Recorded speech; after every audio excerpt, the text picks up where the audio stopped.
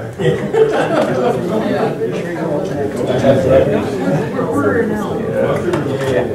be entertaining. I don't know. I think I'm in. You don't want to I like a very sense of adventure. Need something.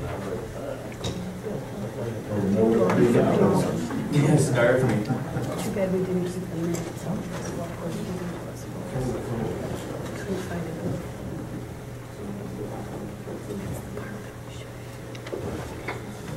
Good morning. Welcome to our April 9th meeting. Please stand for the pledge. I pledge allegiance to the flag of the United States of America and to the republic for which it stands, one nation, under God, indivisible, with liberty and justice for all. Thank you all for attending. Madam Clerk, please call the roll. Commissioner Carl. Here. Commissioner Walters. Commissioner Reed. Here. Commissioner Whittington. Here. Commissioner Burgle. Here. Are there any corrections or additions to the agenda? I'd move for approval of consent agenda, but I'd like to see a minute to include that report from Leo Hammerbacher regarding those financial measures. Support. Plug that in maybe ahead of donations. Ahead of the equalization? Yeah. Okay. Anything else? It's been moved and supported. Anybody in favor? Signify by saying aye. Aye. Opposed? Motion passes. Reading of cash balances. General fund, $33,347.22. Advance from 516 UT is $350,000. Advance from 239 GM, $100,000. Total GF cash is $33,347.22 before the bills. Thank you. Are there any public comments? Anybody else here wants to speak? Yes, please. Microphone. Morning. My name is Donald Zackett. I'm a resident of Tobacco Township, and I'd like to bring to the attention of this group a study group which has been formed by residents, lakefront residents on Whitson Lake. This study group was formed to gather and understand facts related to the Edenville Dam spillway modifications in the hope that it can compile an accurate set of information that can be made public, made available to the public. The study group is in the process of being chartered by the Whitson Lake Association. That association has a website, whitsonlakeassociation.org. And eventually the information that this study group assembles will be available on that website in the future. So the Dam Project Study Group is interested in minimizing the impact of the FERC mandated spillway modifications that will affect boating and recreational activities on Whitson Lake. The group has met twice and is in the organizational phase at the moment. Once we get this finalized and receive the charter from the Whitson Lake Association, we'll have more to say. Questions? Thank you. Are there any other public comments? Larry? Yeah. I just got a couple on the ongoing problem with GIS.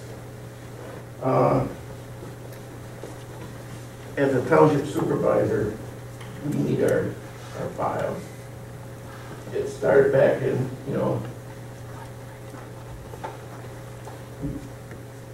the GIS came around in 08. Terry came and told us it was, GIS is advancing well. And then in 08, January, we paid $1 a parcel, $180 for maps. It's about $3,500. And in 09, Terry came and told us that the GIS is up and running well. Well, I don't think so. And I'm I'm not here to park a movie back until we get our drop files and get our overlays don't even line up. I mean, you go to, for instance, we'll keep bringing up Claire, but it's close. Their maps are excellent. You look at their drop files or their overlays, right on the money. They even got their 2013 information in there. We still got some 2010. So you just, and we've been here before. We were going to be kept up, telling us what was going on and when it was going to be taken care of and this and that. And we never hear anything. I got a letter from you, Josh, saying that one of the parts in there that really upset me was you townships always just want something better. Well, we don't want better than anybody else. Just want what we paid for. So, that's all I got to say. I don't know that it was phrased exactly like that, but it's, you know, we do want to make sure that the GIS information is accurate. I know that we're ever so close with equalization, and I just talked to Gina the other day about it, and we think that we're closer than ever before and down to very minimal inaccurate data and billings. But, you know, like we said before, if there's inaccurate data, we need to know what that is so we can fix it. Well, You know, all you got to do is go on there. but we don't know what you're looking at. I mean, some of the overlays aren't exactly accurate yet. We're hoping that over time that improves, for If you look sure. at anything on there, I'll let our assessors talk about it. I should tell you just what's not right. But, you know, I gotta understand, we was in '09. This started in '08. This is 2013. Yeah, thanks. I understand. Have her give me a call. She's right here. She'll talk to you in a minute.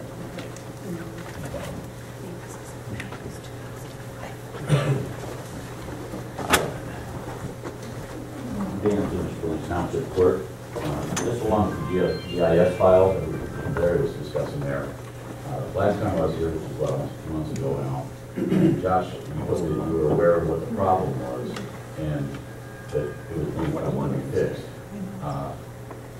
I even offered, I said, if there's anything we can do to help, nobody's ever come to us even to say, hey, you know, now as far as you tell them, if I understand you correctly, you're saying that you need to know what shapes are messed up or whatever are wrong. Well, that's part of setting up the whole thing that you did. And so do you want us to go through every single file or every single partial shape file and tell you which ones are wrong? I need to know. That's what I'm trying to figure out. No, I understand. Part of it was there was some snafus when we had equalization split. We've just merged equalization back together. We're trying to fix some of those parcel splits, more specifically for billings.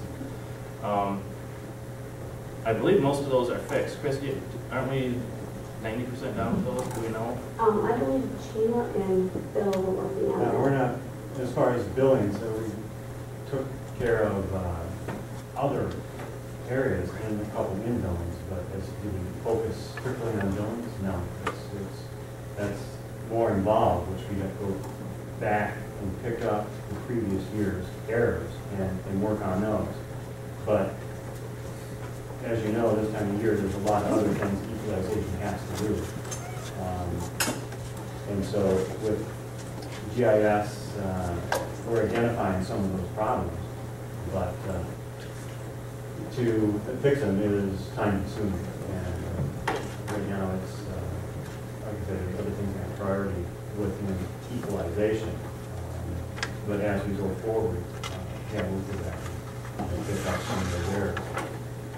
We've been in contact with Analvin GIS, and they've given us a list of quite a laundry list of things that don't match up as far as overlapping property lines, and we're just going down the list, picking things and correcting them. To strictly focus on one unit, you know, we could do that. It's just even within that, you know, it's going to take time to Mr. Chairman, I'm sorry, if I may, this is not, I don't think this is the time we're going to be able to solve this problem. My suggestion would be, and I know some may not want to hear this, but to send that back into committee and have all the people there. Well, you're shaking your head, but I mean, I'm listening. I see Gina's here. I missed the beginning, I apologize, so I'm not, I can guess what's going on, but I didn't hear the conversation. Is this the time that we want to take this up? Should we put it in the committee? And so they need to get everyone, I don't know if we've had a meeting, or at least I haven't been involved in one, where all the recipients were together. We've had 3 meetings. Where everyone involved was there. Everybody that's supposed to be involved. Chris? Josh, I can get with Bill and Gina, then we can get with Billings Board, who's ever interested in showing up. But like Bill said, we've got priorities that we have to work on now. So as soon as we can get those out of the way, we can get with them and get it resolved. And also, if Billings comes across a parcel or something that's outdated, I've asked you guys to send that info to us. We don't know to correct it if you guys don't send it to us, tell us it's outdated. And secondly, I mean, we're in the process of it, like Bill, I caught him explaining of updating it. It just takes time, so. Boy, it doesn't take Claire time. Hi. And we shouldn't have to tell I'm you. the assessor that pretty much started this whole thing. 2 issues are at hand. Everyone keeps commingling the issues. One is the outdated data period on the website. You're selling terribly outdated data that is useless to your buyers. Trust me, I'm a buyer and I don't buy, okay? Because of that. That's a completely different issue than the township brings to the table. If you want to sell outdated data and people are dumb enough to buy it, that's the county's issue, not ours, okay? I reported it as an issue when I found it, and it's mushroomed to this gigantic mess, okay? Whether equalization and Gina decide to fix it, that is Gina and equalization's job, not ours. It's not our problem. We don't really care about how outdated the data is. What we've come to the county several times and asked for is a parcel shapefile. We have now shown that we paid for a parcel shapefile back when we donated the money. And now all we want is our parcel shapefile. I don't care if it's right or wrong. I'll pay someone else to fix it. It's very cheap to fix it. We just want the current parcel shapefile so that I can move on with my assessing software. I am not the only unit. I know that other units, Clement and Butman, are right behind us, going to do the same thing. They're going to be asking the same thing for the same files. They're getting ready to buy the same software I did. The whole county's going to, the assessors are going to go. I just happen to be the first assessor. Actually, I'm the second. The city already has it. And the city isn't showing it on their website, and neither are we going to be showing it on our website. All we want is for our internal purposes. If we would have had the disc that was supposed to be given to us when I came, but it was taken away because of the previous assessor's misuse of it, and I totally have understanding of that. We would have the parcel shapefile currently off that disc, and I wouldn't even be sitting here today. All I want is a parcel shapefile. We've already paid for it. We can show in our minutes where we paid $1 a parcel for that file. All we want is the file. That's all we've been asking for. I don't care how recent or outdated it is. I think, and correct me if I'm wrong, I think the letter that we sent, it was asking if you guys were going to use it for yourself specifically or publicate it. And the publication... No, it didn't ask that. That's the only concern, really. It's only for the township. We already explicitly explained it will not be on our website. That was one of the concerns that It was told from the very beginning it would never be sold. We're not going to repeat what has happened in the past. And as far as, and so those are 2 separate issues. Yes. And as far as the data, we are working on the data. That's your concern. You're aware of it now. It's your world. So, and I appreciate the fact that we've met and that we've tried to, come to common ground on it. It just takes time. And, all those things for us to fix cost us money that obviously is tough to come by these days. I understand that. Again, we don't care. All we want is our parcel shapefile. That's all we're asking for. So does this board have issue with giving them that parcel shapefile to be used specifically for Billings Township? Not for any other Within the unit. They feel that the contract. I would just like to give Gina a chance to respond. We're individually don't work with her. She's doing this work. I don't know if you've got an answer for them. That's why I'm suggesting that. And it was correct in the fact that we did take back the CD that we had given Billings Township because of misuse and misappropriation. And Billings Township did contribute in the beginning for $1 a parcel. That gave them the CD. When there was misuse, we didn't charge you guys, we didn't fine you guys, we just simply revoked that CD. Then when we created our online web map, we then gave townships usernames and passwords to access the data there, so that there was no need for them to have the individual shapefiles. They're requesting the individual shapefile for BSNA in use in their office. BSNA does have online services, so it would be competing with our service. Excuse me, I'm not done. Okay. And so with Billings requesting a copy of this for use at BSNA, it just needs to be understood and in writing that if they're going to use it in their BSNA software, that it does not become available online. Gladwin Cities is online, it is on through bsna.net, but we did not do Gladwin City. They had theirs done before our initial parcel shapefile was done, so that's their own. Thank you, Gina. I really would be more comfortable for us to sit down in committee, and we can do that with you, Deb, and Gina, and we'll put that in committee and sort through that. And I promise we won't drag this out, but that's the best way to do it. Okay, this has to do with fixing our sewer. We need to do this for things that in the township, this is why, so we can map some things. I understand, and we'll get right on it, and as soon as we can meet with you guys, we will. So you'll inform us when you want to meet? Yep, we'll set it up within the next day. Thank you very much. Yep, thank you guys. Are there any other public comments? Yeah. Meeting Crystal. Hearing none, we'll move forward. Neil Hammerbacher, our financial coordinator. Welcome. For those of you that haven't met him, this is Neil. Good morning, everyone. I passed out a memo to the Board of Commissioners this morning with some recommendations. Gladwin County ended 2012 with a fund balance of roughly $37,000. The percentage of your expenditures and transfers out was 0.41%. The state of Michigan would like to see a fund balance of about 13% or higher. Commissioner Williamson read this morning the cash balance in the general fund, I think it's at $33,000. That number should be around $1 million.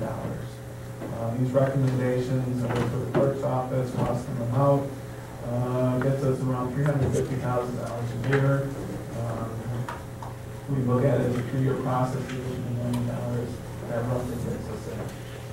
These recommendations are going to require that we sit down with the unions and negotiate almost every item in there. Commissioner Reed and I have talked with the labor attorney, Mr. Barushko. We're trying to set up a meeting next Thursday at Finance to discuss these issues and how we go forward with them. 0.41%. Okay, you're in a very weak position. The general fund should be the strongest fund within the county. This is the only fund that is in this dire straits. The action needs to be immediate, and we need to move forward with these recommendations. When you say immediate is essentially with our negotiations. Correct. Right. I mean, you're at 33,000. You're borrowing from other funds to make payroll and pay revenue right now. So, the very last recommendation, there's a tax anticipation note where you can borrow, much like the treasurer borrows now for some taxes. You know, you're going to get the bulk of your taxes by your operating taxes by September. So you're going to be in a cash crunch until that time. So you can either borrow from other funds, or you can go to the market and borrow from them. So put out $500,000, so maybe a little bit more, a little bit less, depending on where you are with other funds. And are you just asking that we essentially line ourselves up for the $500,000 in the anticipation that we may need it? Right. not that we will, but that we may. And then Using tax anticipation notes is a common cash flow technique. You know, and I'm sure we're all aware of this, but you mentioned the fact that we were gonna have to sit down with the unions, which is quite obvious. But as you all know, this is all time consuming. I mean, it's something that's not gonna happen in the next few days. It's my understanding that all 7 union contracts are up for negotiation this year. That's true, but they run through December 31st. So I guess the question I have, sure we don't mind, but I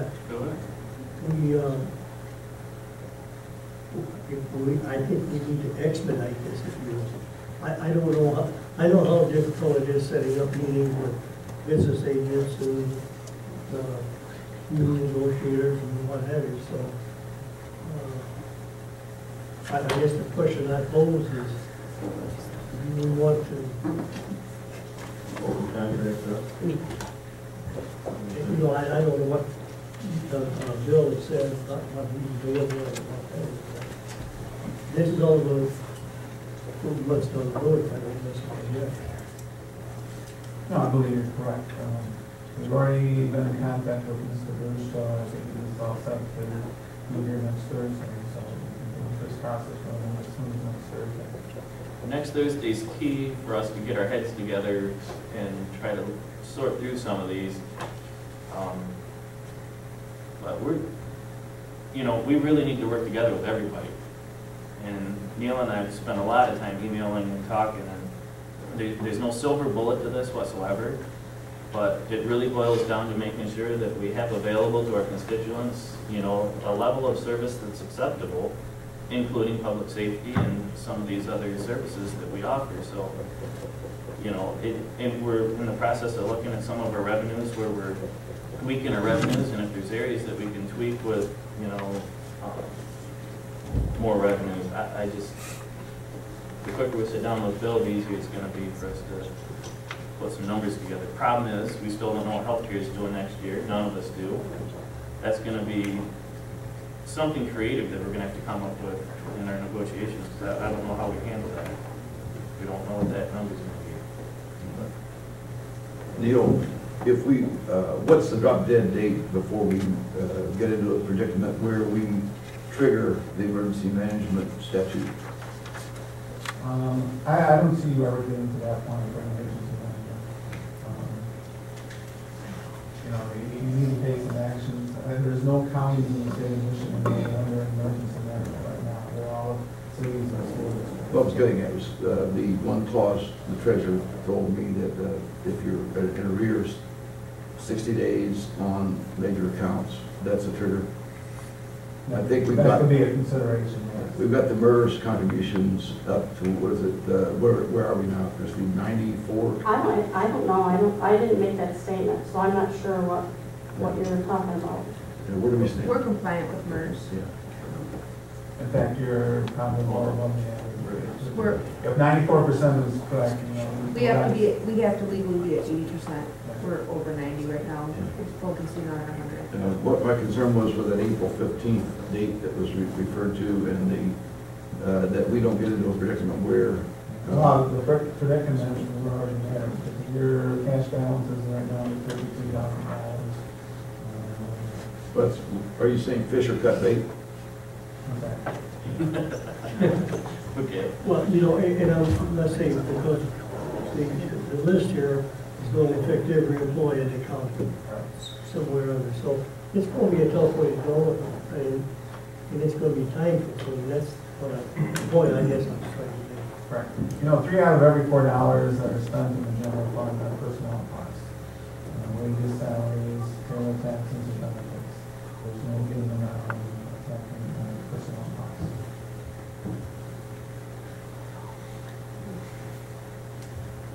Any other questions for me? No, I appreciate the time you put into it. Again. I know it did, Right. it's just a little more than 8 hours. Right. Yeah, he's definitely. We know what the anticipated increase for the county's going to be for insurances and healthcare and such. We just don't. It's a guess, it's a stabbing guess, and Yeah, nobody knows for sure with Obamacare. I mean, the one What's figure your you said guess? was 30% increase, right? So we went from 400 and some thousand to 1 million too, and then we're looking at another 30%, 30 to 60%. We don't know for sure. Township I represent, we have an insurance agent on board, and I said, what's our effect on healthcare and insurance in the next year? He said 10% for us. that would be good. We'd be in good shape if we could do away with insurance.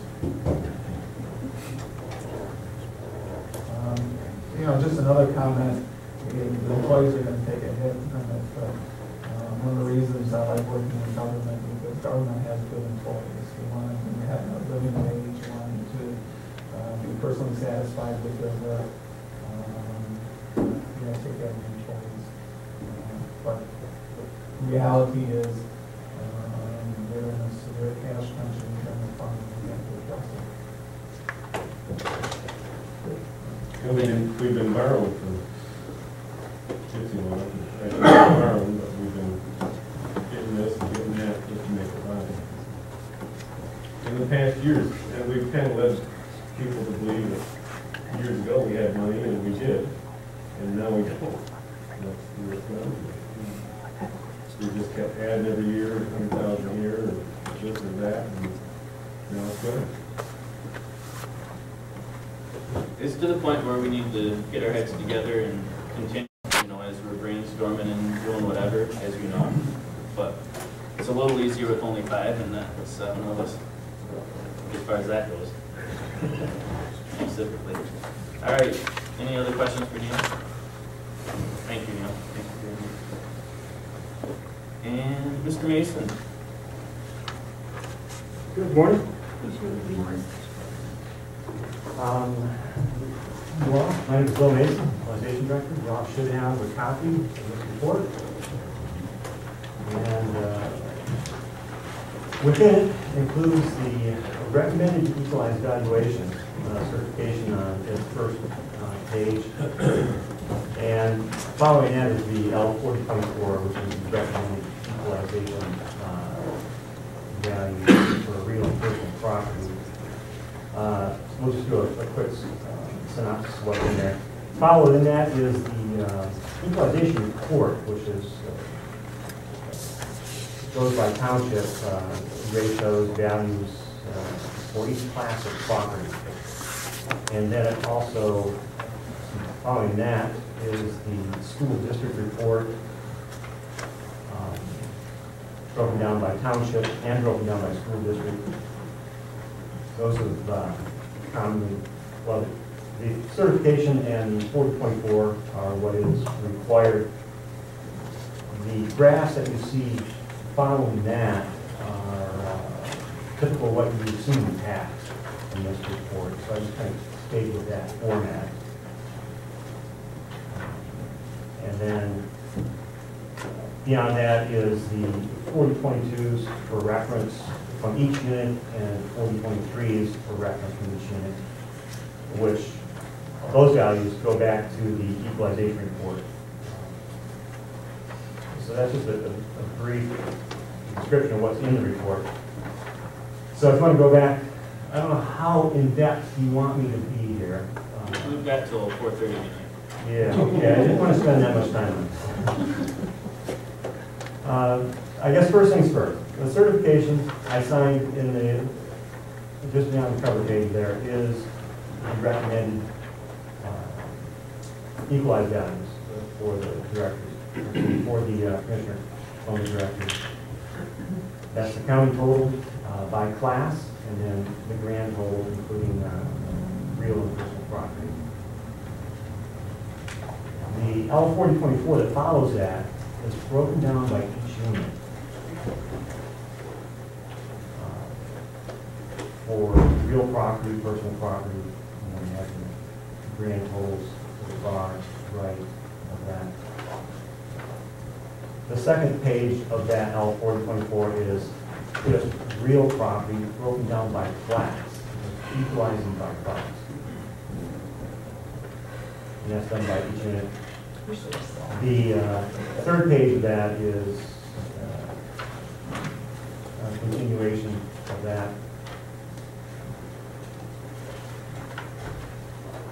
And this L 40.4 is what needs to be signed by the chairperson and the clerk. As you continue on, you have the equalization report, which gives, again, value, assessed value, equalized value per class, per unit. And every unit did well. No one got a factor. So what you see here is what is recommended.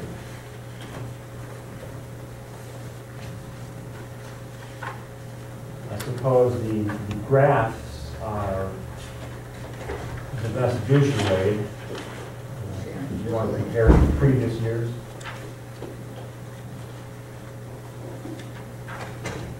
You want to go through that, or do you have any other questions before we get to You saved us on color ink, that's good. Yeah, I printed my first copy out in color, and I thought, this doesn't look good. You know, current financial status. So you guys got it all black and white.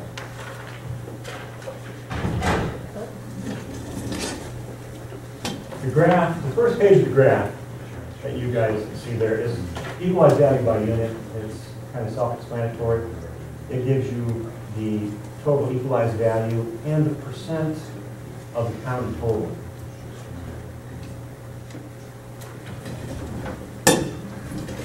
The second one is nice. It gives you equalized change by unit from the current year to last year. And you can see this, the change in value from last year for each unit. It's informative. The following page is the 5-year equalized value growth defined by unit. Kind of see the direction that the value is going in each unit. Some units had to raise their value in the res class through sales studies dictate that. So it's a good sign that you see some increases there. That just indicates the market is coming back in those units in residential.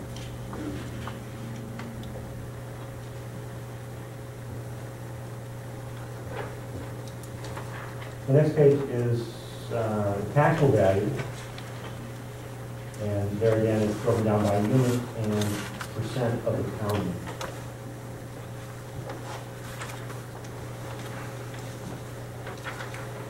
And like the equalized value, the taxable value, the next page is change by unit. So you can see how it reflects from the previous year, the change.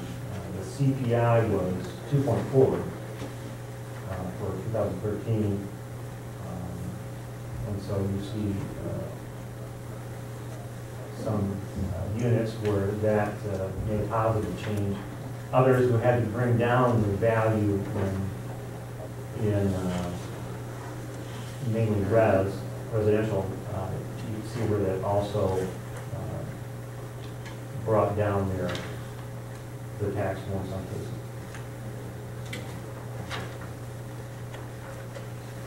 Overall, countywide, taxable value dropped about 0.5%. Last year dropped almost 3/4 or 2/3 of a percent. The previous year it dropped a little over 3%. It's a less of a drop. So it's a good sign that you know, the overall taxable value is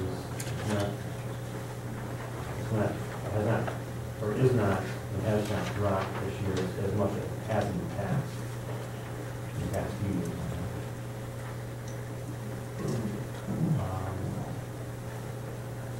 The next page is equalized by classification, because that's what we're supposed to do, classify by class.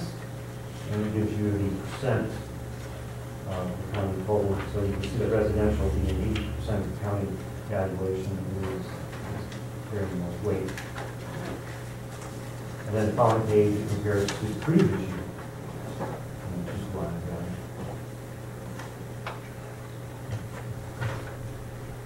And the following page is equalized as it compares to taxable values.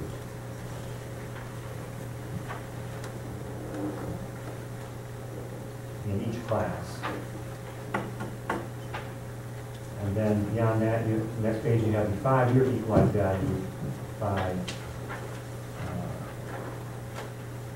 equalized compared to taxable value in the last 5 years. And you see how that's declined. Actually, the gap between equalized and taxable is progressively getting closer as your equalized values drop. Taxable is typically coming up to meet that. In 2010, the CPI was below 1, which was unusual, but since then it's been above 1.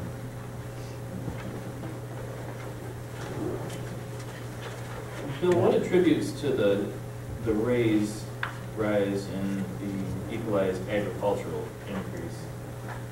Through appraisal studies, we look at the agriculture, because there's typically not the sales in there to the sales study in ag. And in some units, we needed to bring up their assessed value in that class because they're using too low of typically it's too low of an agricultural grain value. And so there are a few areas that need to come up into some units.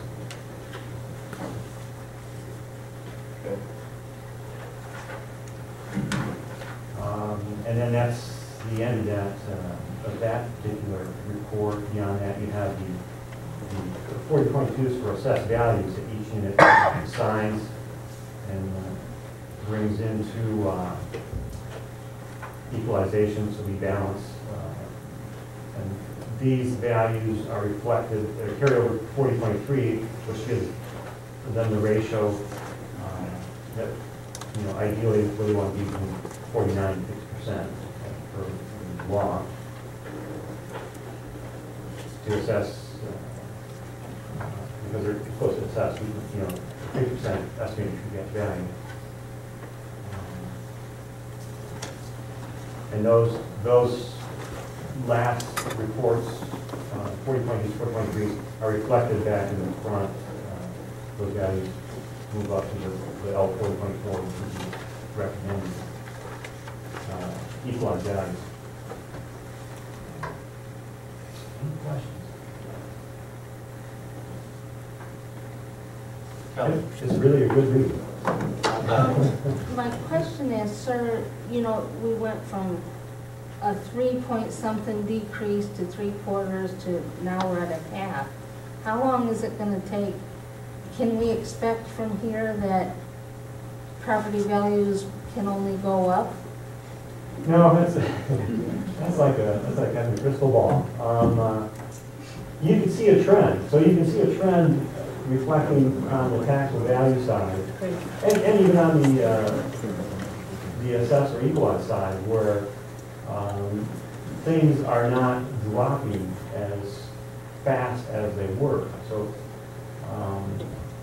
like I mentioned, in some units, and if we want to talk about residential class, since that makes up 80% of the county value, in residential class, some units had to bring up their value because sales dictated that that's just what you should do. The sale price to the assessed value, the ratio indicates the value should come up.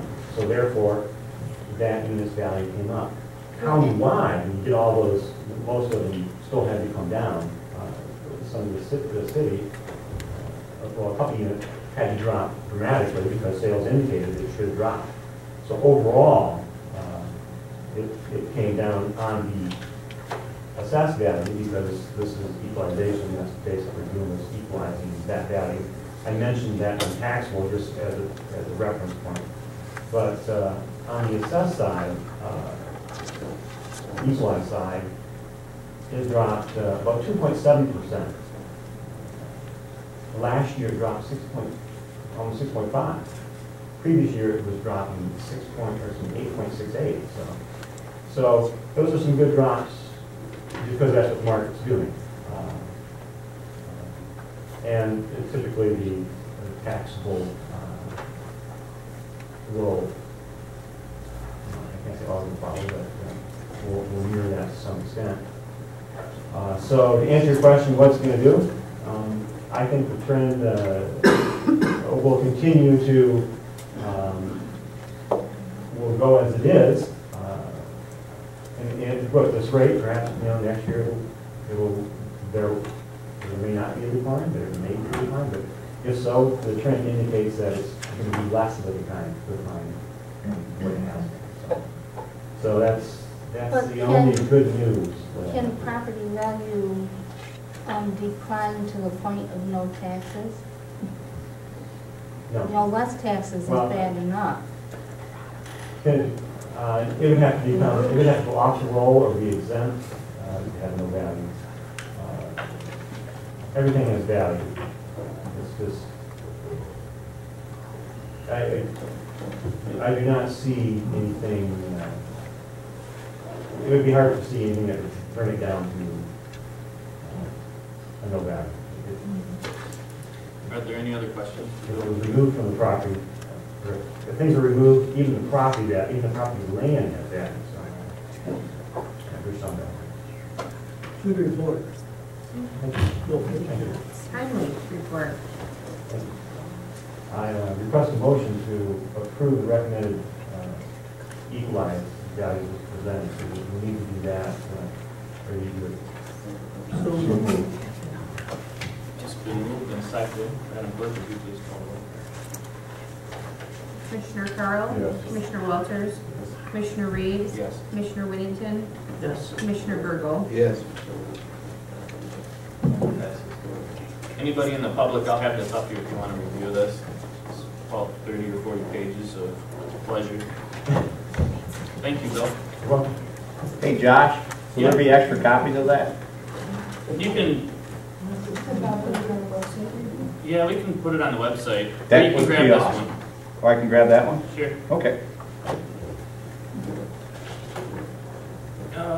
Where are we at now? I think we are, Mr. Evans. Sorry, we're running a little behind. Carol, do you need to drive the bus or anything? No.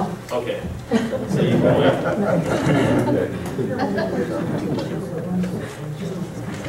Good morning. You all have a copy of the Drain Commissioner's annual report. I guess I won't give it detailed as Bill was unless you guys have a particular question. But each drain is in there as it balances. The reports on the lake improvement fund, the construction fund for Chapel Dam, weed programs are all in there for the lakes. For the lakes that we're responsible for, Wiggins and Pratt, Contos, and Nixon.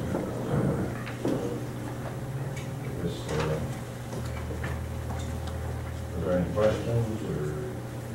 On page 3, the Spicer digitizing historical documents, $24,500. That's taking the old rolls.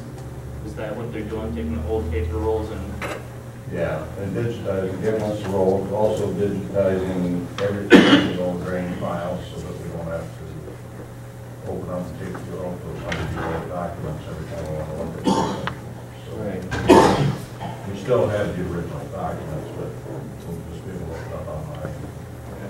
And what I'm having them do is put together a program township-wise and county-wide. It's going to show where the districts are because there's a lot of overlap.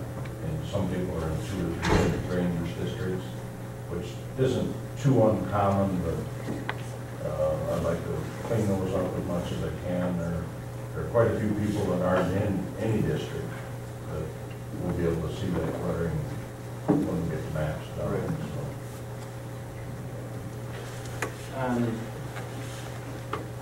There's a loan for $121,000 from Isabella Bank and Trust, and that says to pay off account 850 and 851. What are those? That's Are they? Game Creek and Perry Creek, or Perry Drain that had the 10-year bond issue And then pay off on those, The bond needed to be paid off? so. Yeah, that's the annual payment that's been in there every year. We had to extend one of them because it wasn't enough money that had been assessed. So it went for an additional year. Bob, did you ever have an opportunity to get with Colvin and Secord? You answer some questions. Oh, I talked to him this morning, on, Oh, this would have been like three weeks ago when I was talking. He had some questions on, FEMA or on this? no, it was on the drains. He hasn't talked to me about it. Hang on a second. Okay. I talked to him this morning on FEMA project. No. But I'll give him a call again when I leave to see if he had any questions.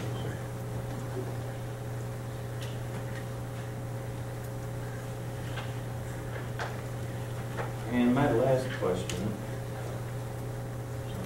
is page 19. There's the revolving loan fund, there's a list of all the debts. Correct.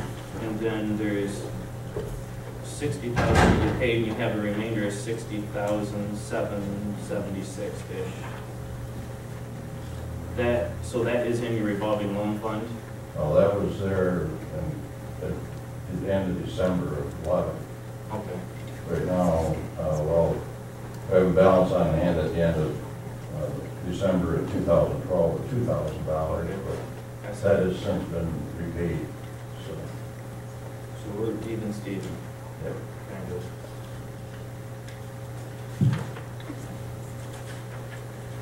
And we had, we paid that off early, so we actually have, I don't know, stick my foot in the wall, 3 or 5 years. Yeah, 3 years. Yeah. How did, we're done with that. At Chapel Dam, we're working on the fence to secure that. Yeah. Yeah, I'm gonna hold up on that. I need to buy some parts that we use. We fenced off at the building, so the building's secure. But I have the exterior fence that goes around the control panel and the generator. It hasn't been done, but we brought parts to do that. Just have to replace the parts yet, so we'll get that done. You got fence up so they can't get across the dam, right? That's correct. On the west side. Well, yeah, they can't get across the dam. They can get in on the berm of the dam, they can't get across the concrete spillway. This might seem like a silly question, and I'm not picking on you, but the Chapel Dam Wiggins Lake level and the the Wiggins Lake level debt retirement fund, what's the difference between? One's a construction fund for the actual construction. So that's the retirement fund, probably? Yeah. Okay. Gotcha. Anybody else have questions for Bob?